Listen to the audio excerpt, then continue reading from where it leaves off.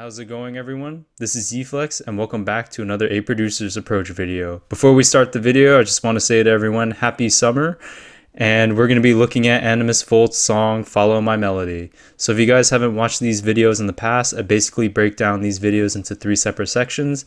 I have an intro backstory section, then a breakdown analysis section, and lastly an outro section.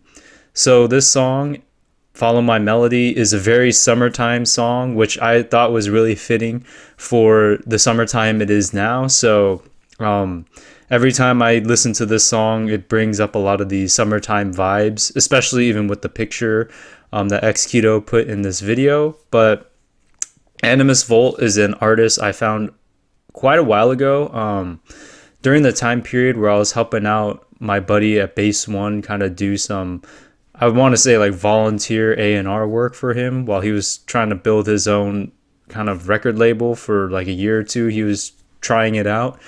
And I was looking for artists, and I remember stumbling upon Animus Volt back in the day, and his stuff was really in the new disco type of genre style. Not really so much synthwave, more new disco, and I really liked it. It was more of the melodic style, much like Televisor style, but a little more, I guess, modern, you'd say, at this period of time, because Televisor was making new disco, like really good new disco, but their stuff was a little bit older in terms of, you know, the 2012, the 20, I think 16 might have been the last time they released on Monster Cat.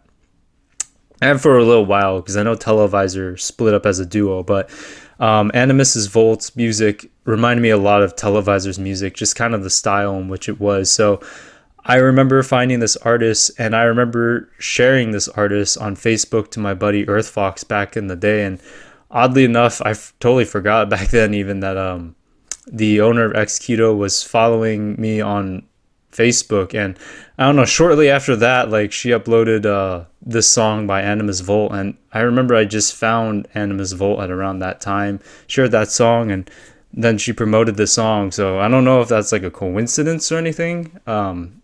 That's just kind of like a weird thing I remember. I was like, wow, that's a weird coincidence. But anyways, Animus Volt is a really good artist I found a while ago. I don't really know how much music he makes now, or at least I don't really follow his music as much as I did when I first discovered him for Base One Music back in the day. But ever since Xketo promoted this song, I would probably say this was like my favorite Animus Volt song.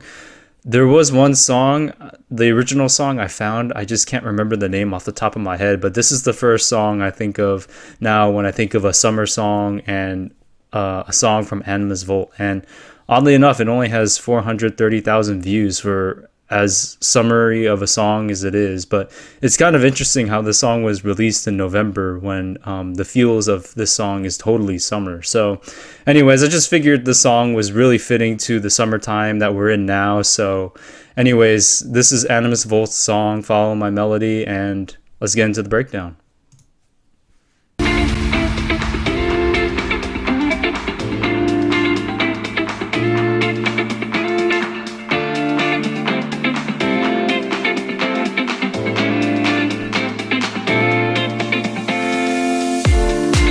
Just right off the bat, you kind of hear that electric guitar come in, but it's not like a metal electric guitar. It's like a warmer, more like, I almost want to say like ska music, but kind of like a warmer electric guitar. It's not really a heavy distortion. It's like a warmer sound, kind of describing summer and kind of how this picture is described with a person on the beach, kind of almost like beach music you would hear, kind of like a beach guitar like that.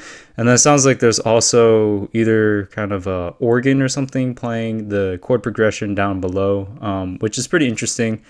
I can't tell exactly if it's an organ, but something, some type of instrument, some type of key instrument playing that. So it's really cool. And now the kick kind of comes in, and we'll just keep going.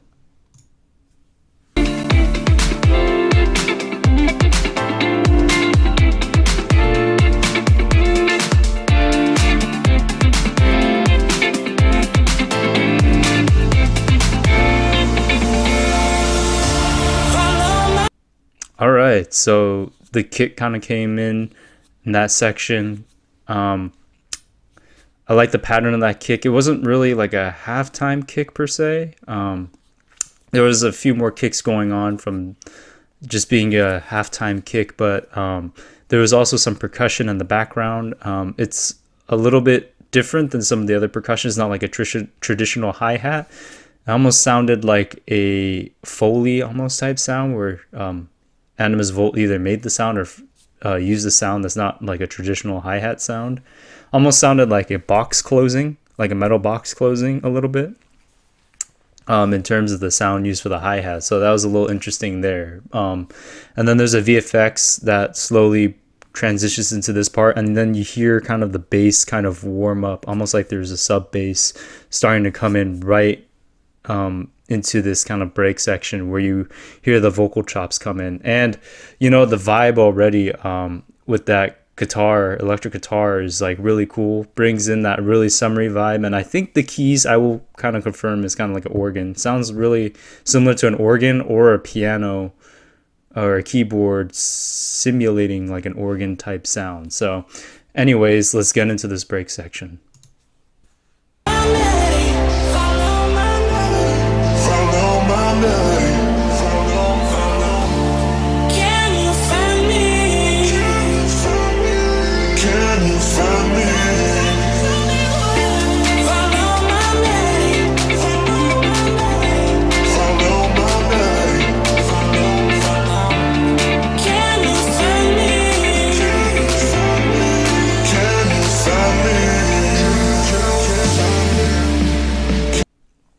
All right, that section is really cool. So you have the chord progression on the bottom, which is like a pad playing the chord progression.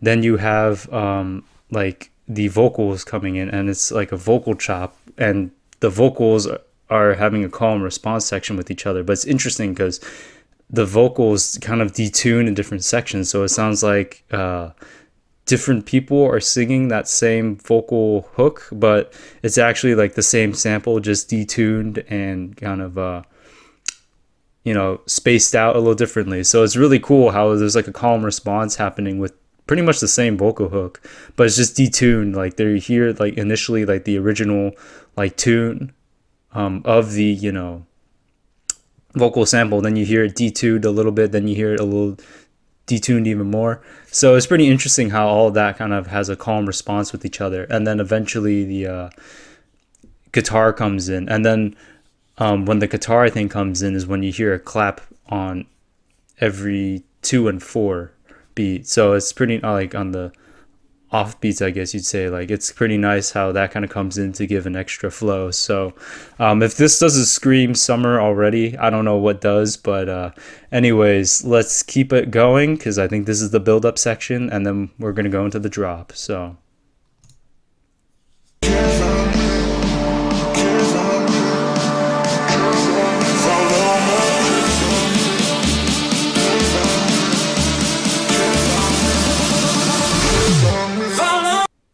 all right, so that was the build-up. Not too big of a percussion build-up. You hear the vocal chop, and it's really interesting as I'm wearing headphones now. So the vocal chop pans to the right and then to the left, and that's an effect that is called panning, where you can take a certain sound and move it to the left or the right within your headphones or within, like, I guess, a stereo system.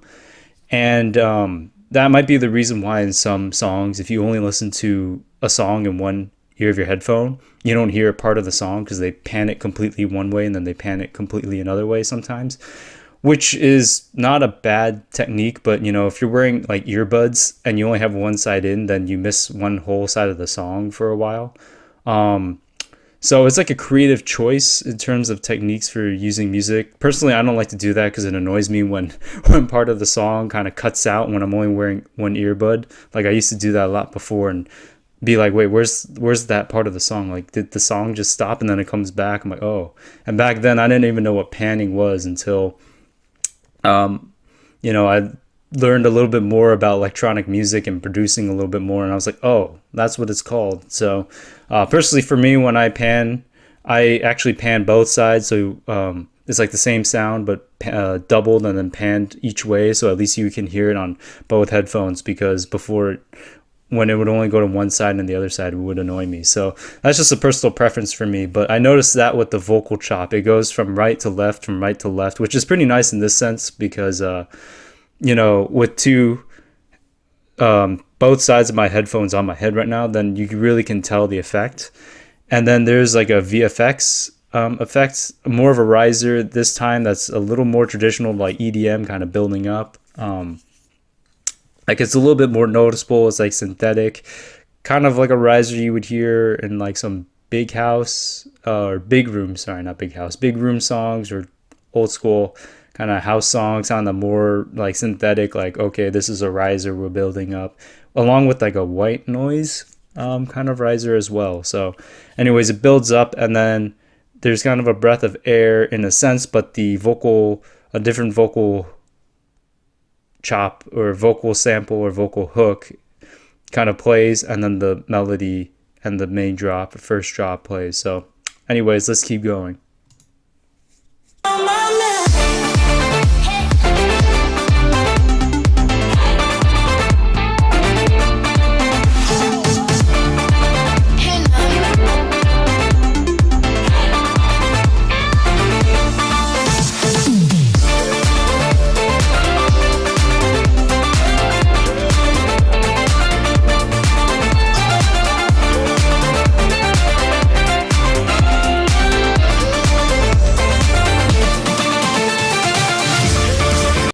All right, so that drop was pretty cool. So this is the first part of the first drop. It's pretty traditional in terms of rhythm. So you notice that in the beginning, like the kick is the only thing that plays.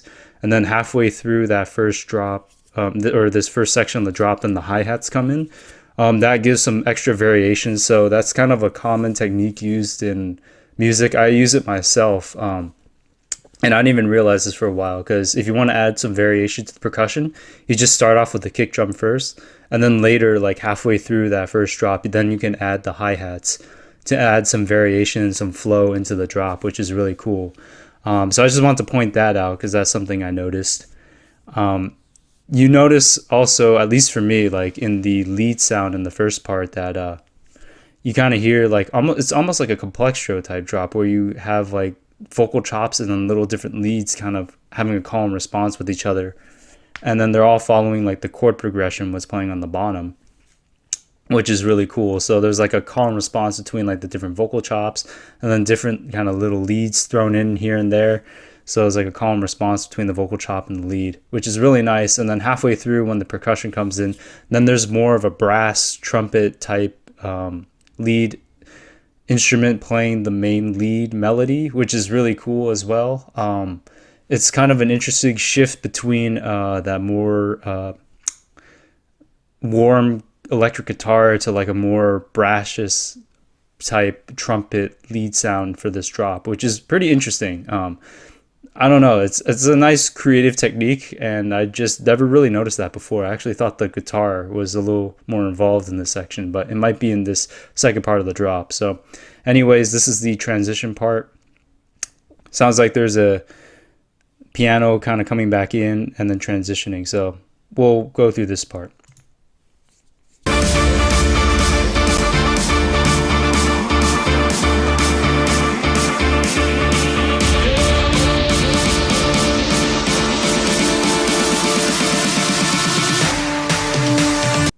All right, so yeah, it was more traditional to the Eminence Lipstick song, actually, this one, where like the one main root note is playing. Same with the keys and the brass's trumpet type lead. They play the one root note, and then you kind of play it over while the snare is building up, and then there's some white noise, and it kind of builds up again to transition into the next part of the drop. So it's really cool here how this drop is a little bit, or transition, I would say, is a little bit different into this second part of the drop, because the first part is a vocal sample. This is kind of like a synth sound, kind of ending as the percussion ends, or still playing and sustaining the note, and then it transitions to the second drop. So pretty interesting. This time around, I'm going to focus a little bit more on the bass sound, because I missed it the first time in the first part of the drop, because I was focusing on the percussion and the lead. So let's keep going.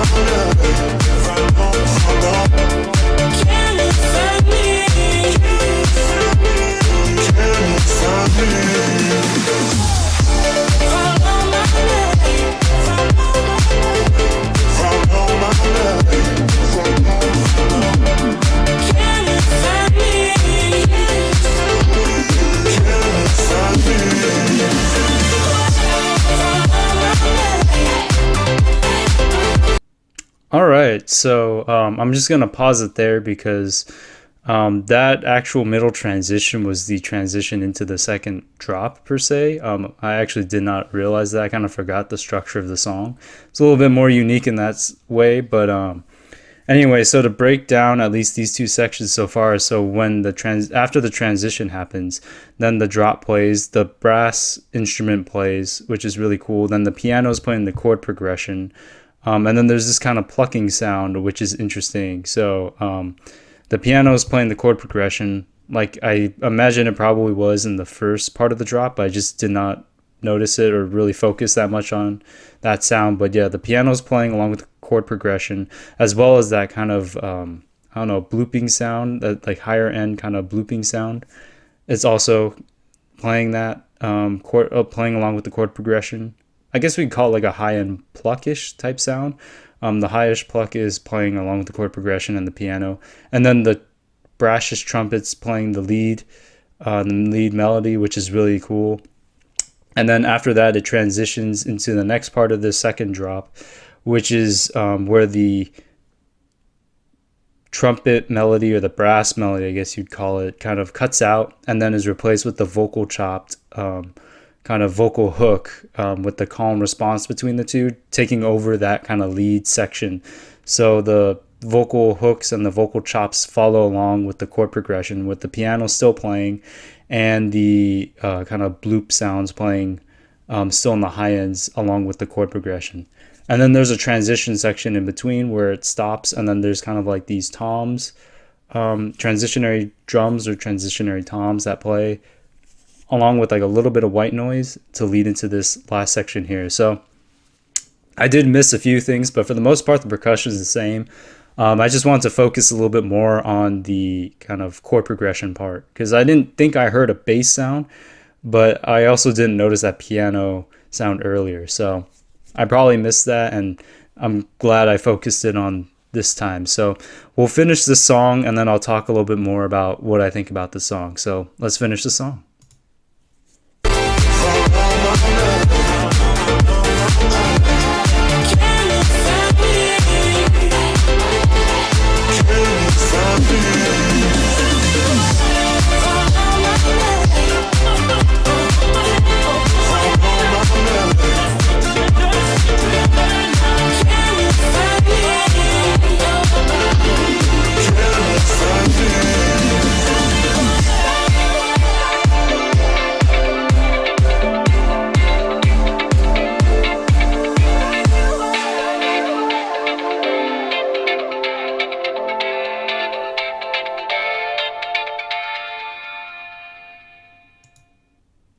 All right, that is Animus Volt's song, Follow My Melody. So we'll back up a little bit.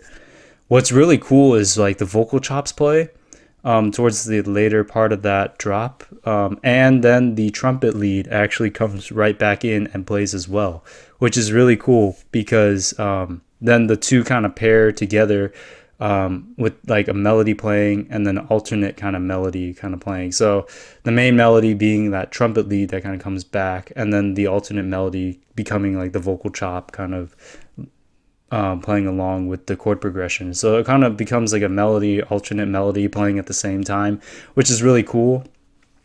And then there is a transition between that part where the trumpet part is reintroduced again like towards the last part of the drop, and then it kind of fades out with the trumpet playing a little bit, and then it kind of fades out with some filtering, and then the organ from the beginning, I guess you'd say, starts playing the chord progression, and then you hear the same kind of warm guitar, beachy summery guitar kind of come back and then end the song. So it's pretty interesting, this song. I do like it.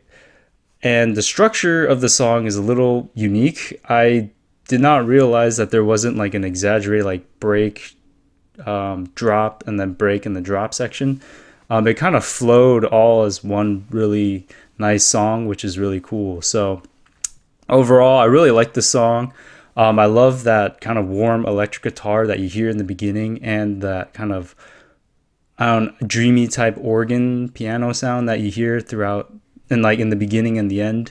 I do wish the guitar was incorporated a little bit more in the drop sections of the song, but I mean, it does scream summer right off the bat. So I do like the brass sounds, and I do like the vocal chops in the song.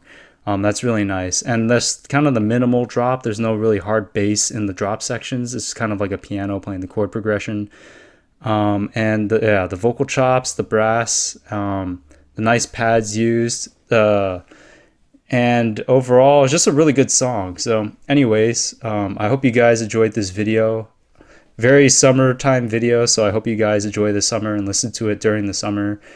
And like, comment, subscribe, and check out Animus Volt's music if you haven't already. If not, check out the original song. And I hope you guys like this video, and I'll see you guys in the next A Producer's Approach video. All right, everyone, have a good summer and enjoy listening to this song during the summer. All right, have a good one. Peace.